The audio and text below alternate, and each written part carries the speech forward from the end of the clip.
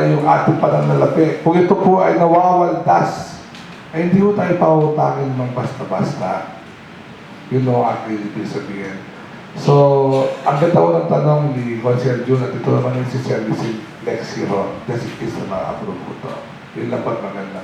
So, Meron pa po tayo. yes, Your Honor. Clarification po ulit. So, tayo po ay, ang borrowing capacity po natin ay 500 or half billion. Ano po? So, initially, tayo po ay maglo-loan ng 200 million. Tama po ba ako, Your Honor? Tama ko kayo dyan. So, yung remaining 300 million, assuming tayo po ay nangailangan ulit para sa ilang pagawain o meron tayong magandang proyekto na beneficial naman sa ating bayan, will it require SB resolution po ulit? Definitely ho. Sabi ko nga ako sa inyo, napakaganda ko talaga ng tanong nyo. Yung bawat loan contract na we will enter, siyempre gusto rin ho ng bangko na makasiguro. Yan ho ay i-ratify ng Sangguniang Bayan. 2/3 vote pa nga yata ang requirement. If my memory would serve me right. Hindi lang basta simple majority, 2/3 vote. Meaning, talagang sinisafeguard natin to at pinapangalagaan natin to. Kaya nga ho, pare, 200 million, for ito application ito, ina-ratify. Kung tatagdagan ho natin, ina-ratify ulit. Another loan application ho yun. Ito ay tatawag na open credit. Isipin, dito pwede kayo, homestead na pwede. Meron po sana ako mga ilang question, pero ito naman po ay medyo technical na. At gusto ko po sana at move to invite somebody from the engineering department para po sa ilang detalye ng proposed municipal hall na gagawin. Mr. Secretary, meron po tayong magtusa para tumawag sa engineering. Si Engineer Silen po.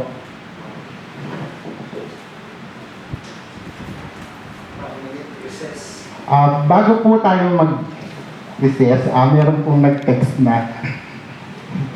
Okay. Bibilihin po ba yung lupa sa Biga na pinagtatayuan ng munisipyo at meron pa pong isa, meron na po bang program of works?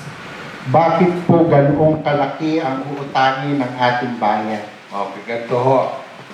Sabi ko nga ho sa inyo, yan naman ho ay yung technical aspect nga ho. May tanong nga ho si Consiel June. Kaya masasagot mamaya ng ating yung bitahin. Kung lupa at lupa din hula, nakasado sa ating AIP, meron nung mag-donate ang ating provincial government ng Cavite. Ngayon o, kung titignan nyo, 200 million mukhang malaki. Pero kung ang lugar naman ay ubod ng laki na parang 6,000 square meters so yata yung area. Pag yun o, alam ko, pag dilivide nyo, para bumapat ako ng 20 to 25,000 per square meter lang o yan. Pag nagpagawa ko tayo ng ordinaryong bahay ho ngayon, alam niyo na ho kung magkano magagastos ho natin. So, ang sagot ko po, kaya po malaki po yung magagastos ho natin 200 milyon, dahil sa haba ho, sa laki ho ng gagawin munisipyo natin na kung saan, ito naman ay pangmatagalan. This would stand the test of time ho. Maybe, hopefully, for another 100 years. At tayo po yung maasusuhin ng 200 milyon, hindi na po tayo ng kaso sa 200 milyon sa susunod na 20 taon para gumawa ng unang building. Yun lang po ang kaya ko sabihin. Tuloy-tuloy na rin po natin. Habang inintay mo Habang po natin si Engineer Silen. So, ilagay naman po natin kay Consihal Tunesa. Siya naman po ang magtatanong. In addition po dahil sa pinapaliwanag po ni ABC at saka po sa mga nag-text sa inyo na bakit napakalaki. Gusto ko lang po itanong sa ating proponent, yung bang 200 million eksakto para doon sa gagawing municipal hall building sila? Of course, hindi ko magiging eksakto yan, mga exact figure dahil wala pang ako yung ika nga kanina ng program of works. Ano po. Parating ko mamaya yung tinatawag natin sa municipal engineering office para may idea, ano po. Pero yun yung tawag na thereabouts. Kumbaga, estimate po yan. Yan o ay maaaring sumobra, maaaring humulang. Pero sa area ho, yan ho ang propose sa ganung kalaking area, ay tansya, ay ganun ang magagastos. Dahil may tinatawag po yata tayong site development kung saan naayusin din ho natin yung mga kalye ho dyan. Dahil yun ho ay sa barangay Biga. So gagawa natin ng kalye yan, ng mga kanal, ng kung ano-ano. So siyempre may gastos din ho yun. Hindi lang naman ho building yan, tatagawa ko tayo ng mga kalye para ho sa access ng ating mga kababayan ho dyan. Ay napatawag na ho ba yung mga kinaukulan? Salamat po. Yes, sir, presiding officer. Bakit po hindi natin ipatawag na rin ang head ng ating treasurer? Ano, kasi sa tanong po ni Councilor yung kanina, yung po tungkol sa existing loan natin, para ho naman magkaroon tayo ng linaw, nung basis na talagang kung may loan tayo o kailan pa mababayaran. Kung pwede lang po, this request. Mr. Secretary, Municipal Treasurer po. Okay. Okay. Meron pa pong tanong, Consehal Donesa? Reserve na lang po para mamaya sa mga response. Ano po natin? Encourage natin yung phone yung napakaganda ho niya. Consehal Alan Tolentino, it's your turn to ask question. Wala naman akong mahabang tanong. Basta para din naman sa akin sa ating bayan. Kung magkakaroon ng munisipyo sa Barangay Biga, alam naman natin, masikip dito sa ating bayan. Siyempre, pagka nagkaroon ng munisipyo ng malaki at maayos sa Biga, ilalagay, magluluwag dito sa ating bayan. Pero, kung ano ang tama, daanin na lang natin sa tamang proseso. Ito lang. Ito lang, ano sasabi? Ako po bilang proponent, ako po yung nagpapasalamat sa Kuya Alan Tolentino ko po sa kanyang pahiwatig. At gaya ho ng sinabi ho ni Kuya Alan, ito ay talagang dadaan sa tamang proseso dahil kung di ho natin ito dadaan sa tamang proseso, may liability ho tayo bawat isa. So, rest assured ho Kuya Alan, at salamat po sa inyong magandang mga sinabi. Kaya pwede ko po makakalimutan. Salamat po. Okay, bibigyan daan muna po natin ang pagdating ni Engineer Sinen. Sa lahat po ng gustong magtanong kay Engineer Sinen, maaari po magtanong para po sa ikalilinaw ng bagay na ito.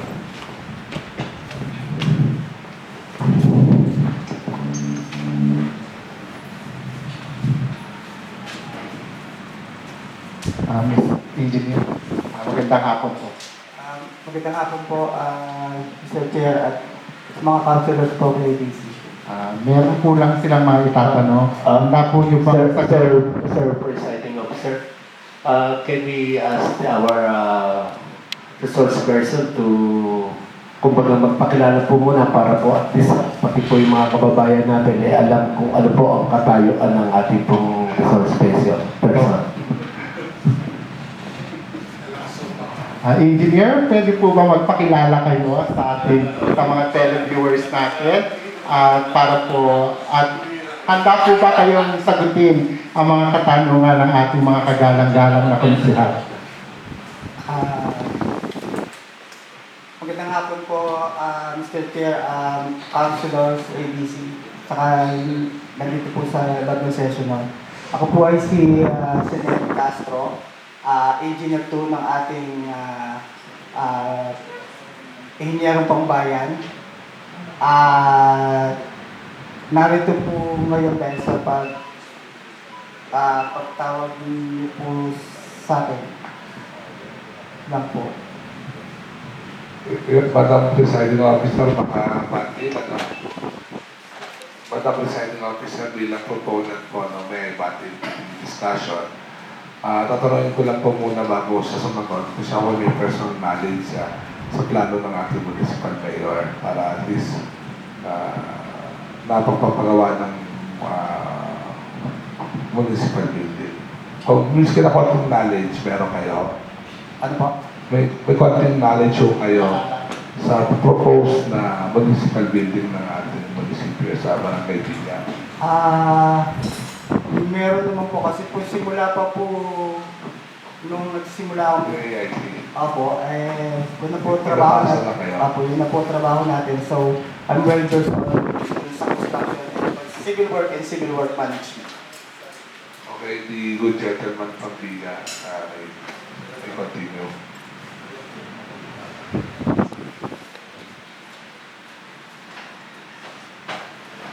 Engineer, magandang hapon po. Actually po, ang nakalagay po rito sa aming pinag-uusapang supposedly to be loan on AUB is 200 million pesos. Ano? Is that the exact amount of the our new municipality to be built? Hindi po siya yung exact amount. Bali po siya is having parameters na ginamit ko po in connection dun sa costing niya. We arrived at 211,785. Ibig sabihin po, kulang pa ang Hindi naman 200. po. The parameters na po na ginamit namin. That's why we informed that hanggang 200 million po yung pwede natin i-loan in connection po dun sa project na sinasabi niyo po. And to be exact, engineer, how many square meters po ba ang supposedly ang building na to be built? Yung pong building bali natin is ang bawat floor po is 1,645. We do have the basement and up to third floor po siya. Total is 6,580 po square meter. You mean up to third floor po pala ang ating building na gagawin? Okay, Mr. Presiding Officer, reserve ko lang po yung other question ko mamaya. Yes, Honorable Fred Toledo. Good afternoon again. So ilang square meter po ang nasasakupan ng building? Yung pong structure po mismo ay 6,580 po. Tapos third story building.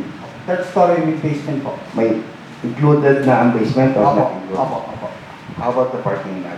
Ano po ang plano? Ilang square meters po? Yung pong ating parking lot ay nandun din po sa basement. Plus po yung lot po natin, since ang ating lot is nasa, yung bigay po ng probinsya is 1.5 hectares po yata. Yun po lang ang aming naging basis. 1.5 hectares? Opo. Or 2 hectares? 1.5. 2.2? Ang binigay po sa akin dito is 1.5. 1.5. Opo. I don't know dun po sa kung area. Yun lang po yung naging basis Okay. ng pinaglagay namin ng So doon po ay meron na tayong maluwang na parking lot and also the landscape. Opo. Kasi po yung 1.5, sinentro po natin yung ating structure. The dimension of our building is 23.5 by 70. Okay. Opo. Nakagitna po siya. We do have a road network. Nakadugtong po doon sa ating main road. Then entering with it is nasa 216 linear meter. Tapos nasa center po siya. Proper landscaping, parking, then yung pong structure po mismo. Okay. So, for clarification, wala pa po tayong design and program of works at this time. In connection po dun sa tinatawag nating drawings and designs, we don't have po wala pa po ako mismo ng pinaka-drawings and designs. What I use, ang gagamitin po kasi namin dito, as I mentioned to the DAC, is yung pong tinatawag nating design and build under RA 9184 Annex G. Yun po ang sinunod namin na guidelines in connection po to come up dito po sa project na to. Okay, thank you. Since Mr. Presiding Officer, since Honorable Adel Corbilano. Good afternoon, Mr. Engineer. Ang argumento kanina ng aking mga kasamahan ay ang structural integrity ng ating kasalukuyang munisipyo.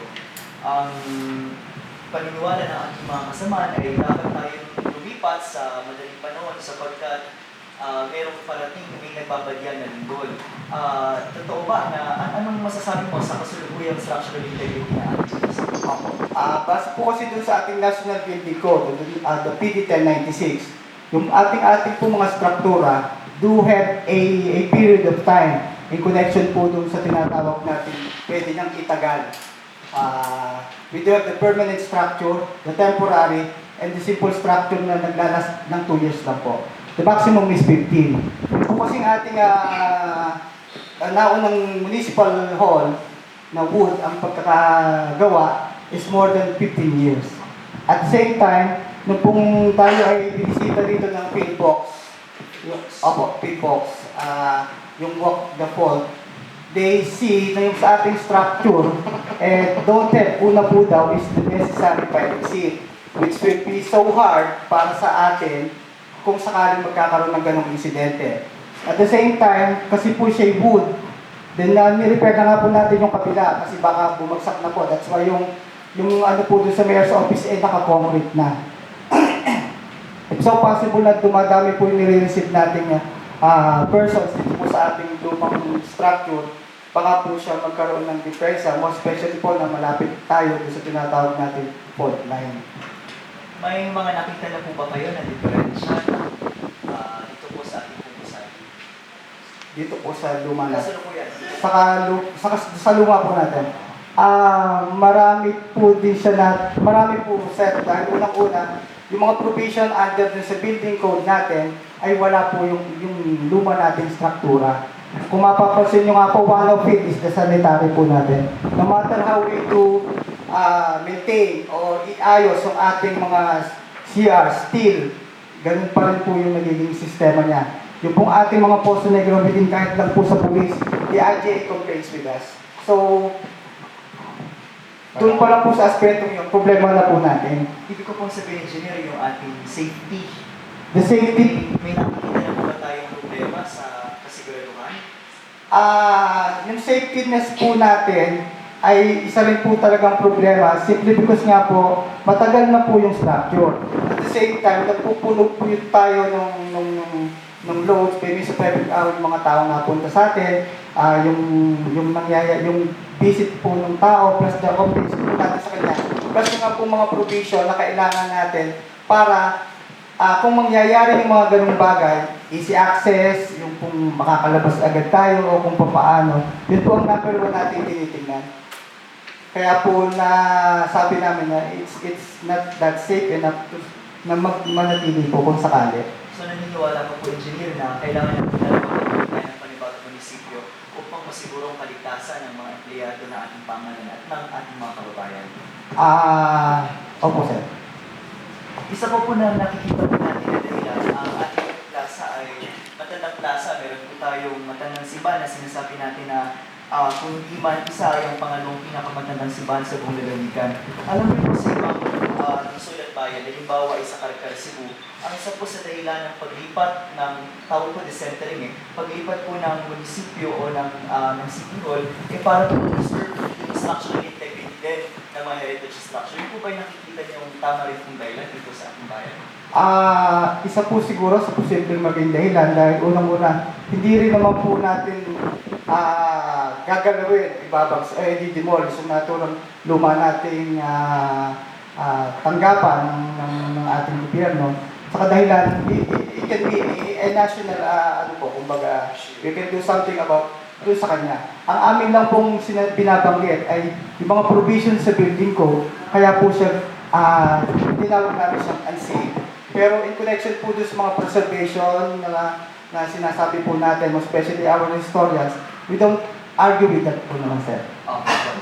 Kung ang main consideration po ng paglipat po natin ay safety ng ating po mga kababayan, ano po yung mga measures na gagamitin natin para po masigurado natin yung tatayo nating gusali ay at kayang tagalin po maging ang nagbabadyang lindol?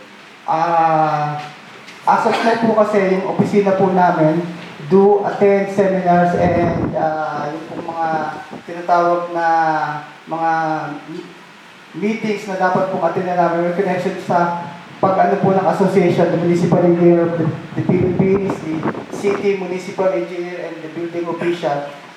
sunod-sunod nga po yung schedule namin. Because they introduced to us yung pong mga bagong guidelines in connection doon sa kung paano namin i-issue yung mga permits, kung paano namin ang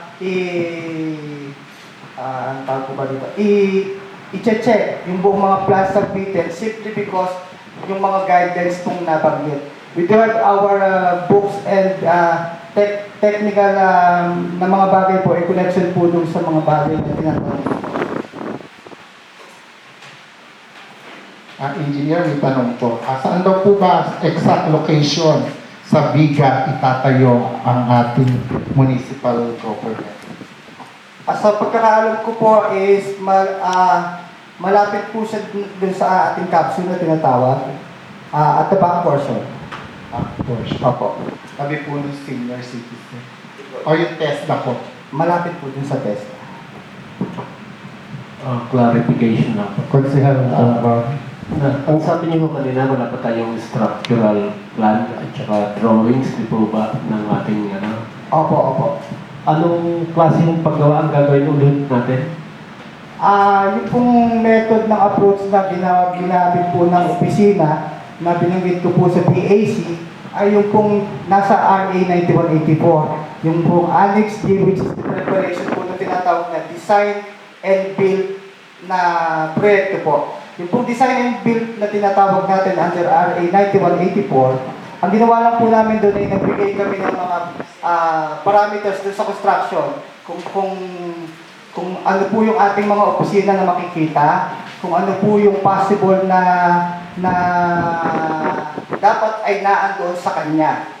So, having those parameters, nag-arrive po kami dun sa cost na yan, kasama po yung tinatawag natin land development. Can you give us some portion of the RA 9184 to be for clarification? Base nga po doon sa kagaya sinasabi ko kanina, it is under the revised implementing rules and regulation ng ating RA 9184, Annex D, Guidelines for the Procurement and Implementation of Contract for Design Build Infrastructure Project. Nakasaad po dito yung mga guidelines niya kung paano ang dapat gawin, most especially when it comes to bidding po. Thank you. Honorable Kamutan. Paglilinaw lang po, alam ito kanina na ang lupa ay donate po ng Dato Kapitolyo. Nabi ko lang po, ito po ba nabili na ng Kapitolyo para sa atin o bibili pa? Wala po, I don't have the exact idea in connection po doon sa sinasabing kung nabili na siya o kung paano. The thing is, ang importante po kasi sa amin is, nabigyan po kami nung lugar plus yung ng lote. That's why we adapt the lot doon sa hinihingi sa amin na magkaroon ng ganung structure. In connection po kung bayaran or whatever, I don't have any idea. Saka po, tanong ko rin po, medyo malaki po yung building na ating pong balak pong gawin. Dito po ba sa building na binabalak ipagawa ay andong pa rin po ba ating Gomile, library, yung pong lahat. Yun po sana yung pong kasama po doon sa aming gagawin. Kung sa pinag-post namin, sa ating from the basement with the parking, the first floor yung pong mga offices like kagaya po na nakikita natin sa baba, the assessor, the treasury, ganda din po yung Comilec, po ba, isang unit na po ba? Kumbaga isang one-stop shop na isang serbisyo kaya up to the floor. Sinigit po namin siya, ginawa po namin siya ng paraan na halos lahat ng opisina, doon na lang po makikita.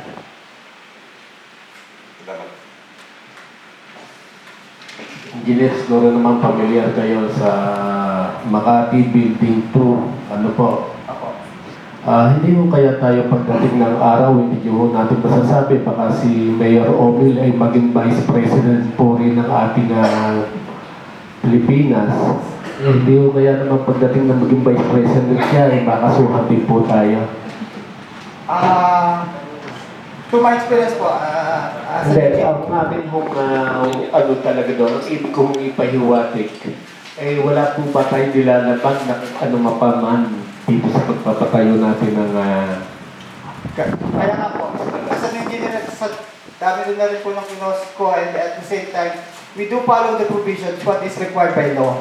Kung ano po yung kailangan ng RA 9184, kung ano po yung standard specification na kailangan ng costing, unit prices, at kung ano man po, we strictly follow kung ano man po yung talagang dapat sa kanya. And we try to make sure na it really has to be advantageous sa ating pong gobyerno. Pero, matagdagan ko po, ano? Yes. Ang mga kaso-kaso ng ganyan, siyempre lahat po tayo may liability. Pero, kumbaga, wala naman nung masama magpatayo ng munisipyo. Wala masama magpagawa ng barangay hall. Ngayon, magkakaroon lang ng kaso kung may ginagawa kong regular at hindi tama sa proseso. Walang bidding, kung ano-ano, mataas ang presyo. Diba? May pawaw tayo. At kung sakasakali, ang una ko makukulong mo dito, malamang si Tigre. Kung siya may gagawin mali, siya ang liable ko dyan. Kasi sila ko nagpo-conduct ng bidding eh. Ang sagot niyan bayan ay labas ultra sa mga ganyang bagay. Tayo lang ay nag-authorize. Pero pag sinabi niya na po na magpo-conduct po ng mga bidding, ng mga kung ano-ano, trabaho na po nila yan. Ang trabaho lang ng natin ay susukan ng mga hiling mo ng ating eksekutibo. So, yun po. Huwag kong matakot ang aking kaibigan galing sa barangay Biga. At siya naman po yung papadalaw ko kung sakasakali. Honorable Clerk Toledo. Thank you. Sigan ko sa inyo, engineer, napagito po kanina na kayo man, kayo rin, bilang engineer ng ating pamahalaan bayan, ay hindi nakatitiyak o nag-aalala rin sa ating old building, di po ba? Tama po yun. Yung po ang aking sinabi kanina, nung kami po ay binigyan ng pagkakataon ni Vice Gigi Loyola na magsalita.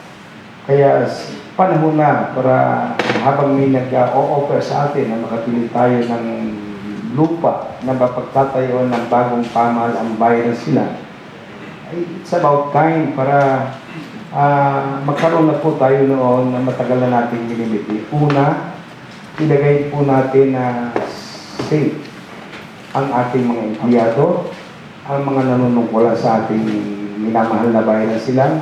Siyempre po, lalo tigit yung mga taxpayer natin na patulong po natin, kabalikat natin sa kaunlaran na nag-invest dito sa ating bayan. Napupunan natin every year meron tayo one-stop shop. Halos wala nang iputan ng tao sa dami.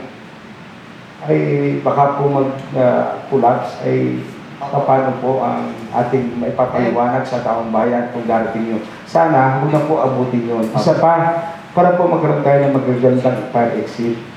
Kaya po, ako'y nangagalak kung ito ay mapagtitibay. Magkaroon po tayo ng bago. Isa pa po, isa pa po, yung parking lot. Yan po ang problema ng mga taxpayer.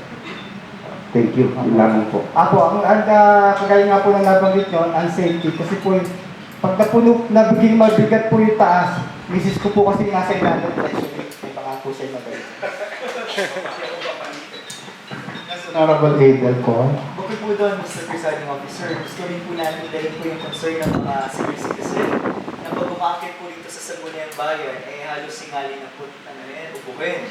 Kaya po mainam din po talaga na pag lumipad po tayo ng munisipyo, meron din elevator para po hindi na maging madali po sa ating mga senior citizen na magpapunayin po sa ating mga We do include doon po sa ating bagong structure yung tinatawag natin BP344 or yung accessibility, no?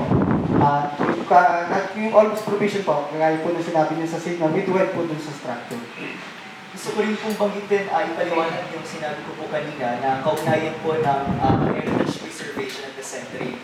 Alam niyo po, ang isang heritage town katulad ng Calcari, Cebu, ang isa pong proyekto ng pamahalang bayan ay makapag-decenter, mailipat po ang munisipyo. Kasi kung sobrang paggamit po ng plaza dahil po sa pagbansa ng mga tao at mga sasakyan, ay nakaka-apekto din po sa structural integrity ng mga heritage sites katulad ng simbahan. So ang paglipat po ng munisipyo ay makakatulong din po sa pagpapanatili ng ating pagpapa ng bayan katulad ng ating magandang simbahan at matatandang mga bahay. Yes, Honorable Alan Tolentino. Maganda na kung sakaling doon matutuloy yung ating municipal doon, meron pang sigurong kulang na hindi nabanggit. Itatanong ko lang yung ba sa lugar ni sana magkaroon na rin tayo ng sarili nating ospital para hindi na tayo nangungupahan. Posible. Hindi po yata nakasama sa akin. Ay, tutulong ako yung Iyan po. Health center po. Okay. Posible po, nandun sa loob. Posible po yan. Bakit po kayo? Ang alam ko pong proposed site is around 2.2 hectares. Ang gagamitin na ho natin ay nasa 6,000. Kaya nga ho napaka-practical na gawin na ho natin ito ngayon. Pwede ho natin kinilagay yung polisya, yung health center, lahat, government center, bali ang gagawin ng ating yun ang talagang plano. Yun ang master plan. Isa pa ho, sa halaga ho ito, may kasama na pong elevator. Alam ko. Magkano elevator ho ngayon? Mario. 5 to 10 million. Isang elevator ngayon. Alam ko. Bakit po kanyo? Kasi pag nagpapagawa ako ng overpass dito sa distrito natin, pumagastos ko ng 20 milyon para sa isang overpass. Ano ba naman ang 20 milyon sa isang bahay ng ating bayan? Honorable Nestor Patame. Engineer, kanina po napag-usapan din po natin tungkol sa safety. Napanggit po ni Consider, dapat kaligtasan po ng lahat. Nabanggit ko rin po kanina na tayo po ay binisita ng taga-Finbox. Yung po bang tatayuan ng ating bagong municipal building, yung po ba ay nabisita na rin po ng Finbox? Sa ngayon, hindi pa po. Bali po, ang amin lang pong kami lang po mismo ang tunay doon sa tinatawag natin site. Then, kagaya nga rin po ng binabanggit sa ating design and field under we also included po yung tinatawag natin mga consultancies so that the agency will be sure yung connection po doon sa tinatawag natin dapat nating hanapin yung strength, yung accommodation, and the whole package ng hinihingi ng isang structure na meron pong mga rules ng building code o ng kung anong provision ng ating gobyerno po. So, parang malayo po tayo sa Port Valley. Ang fault po natin ay within the Inchican at saka po kasi puting kahoy. Although it's talaga lang po malapit siya talaga dito sa atin because not kagaya po sa iba na buhol o kung ano man.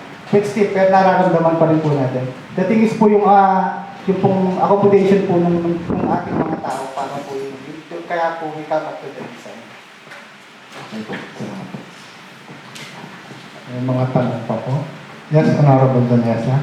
Engineer, sakasakali pong matutuloy itong ating paglolono at paggawa ng building. Hinihiling po sana nakapulong ito na maging open po tayo sa bidding. At least siguro kung magkakaroon po tayo ng bidders, ay magkaroon po naman ng isang representative ang sanggunian para po to conduct or to kumbaga manood o makita po kung paano yung pag-conduct ng ating bidding. Yun po yung binabalak ng agency. We were coordinating to our Bids and Awards Committee na hindi lang po kasi po may provision po yung built-in design. It has a person na dapat nandun in connection sa bidding. And we'll try to make sure that we follow certain guidelines ng ating pong procurement as well as our COA. That's why we also invited them and some miski po kahit po siguro that kayo sa One thing pa. Can we address the municipal hall na hindi lang po biga? Kasi po meron po tayong dalawang biga, biga 1, biga 2. Can we consider it biga 1? yung pong pangalan po talaga ng aming is Alan ng Bigawan po. Kasi ang kaya military Pero, kung saan lugar. Actually, Para ho mas tukol ang lugar. Kaya nga po kung maaari, kung pwede lang specific yung barangay ang pagtatayuan. Ano po sa amin ang bigawan po. okay. Your Honor, actually, sa lahat ng controversial, yun po pinaka-controversial. Bakit lupa nyo? Yung tinatayo nung ng lupa na yan, ay talagang sa Barangay Biga. Pero ang nakalagay mo sa kadastro ay sa Barangay Samutan. Yun po ang katotohanan niya. In addition po, kasi po, totoo nga po yung sinasabi ng ABC. Kaya nga po, hinihiling din namin, miski po doon sa mga subdivision na karating, lalo na po yung Levilla. Pagka po nagpaparenew na sila ng kanilang mga titulo, pinalalagyan na po namin ng transfer sa Biga Uno na po. Salamat po. So, Meron pa po. marami pa ba? Yung po bang mga polling question? May mga polling questions po kasi tayo. So, Ito ay kasaysayan. yes, Makinig sir. Ba, Honorable Vanessa. yeah. Ito po, Engineer, can I allow our presiding officer na magtanong po ako not relevant in this kay Engineer?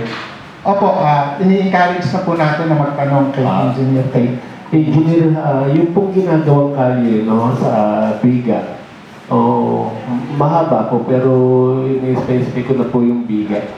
Yung pong side noon na kaliwa, kung manggagaling po kayo rito, ay may kanal. Ano?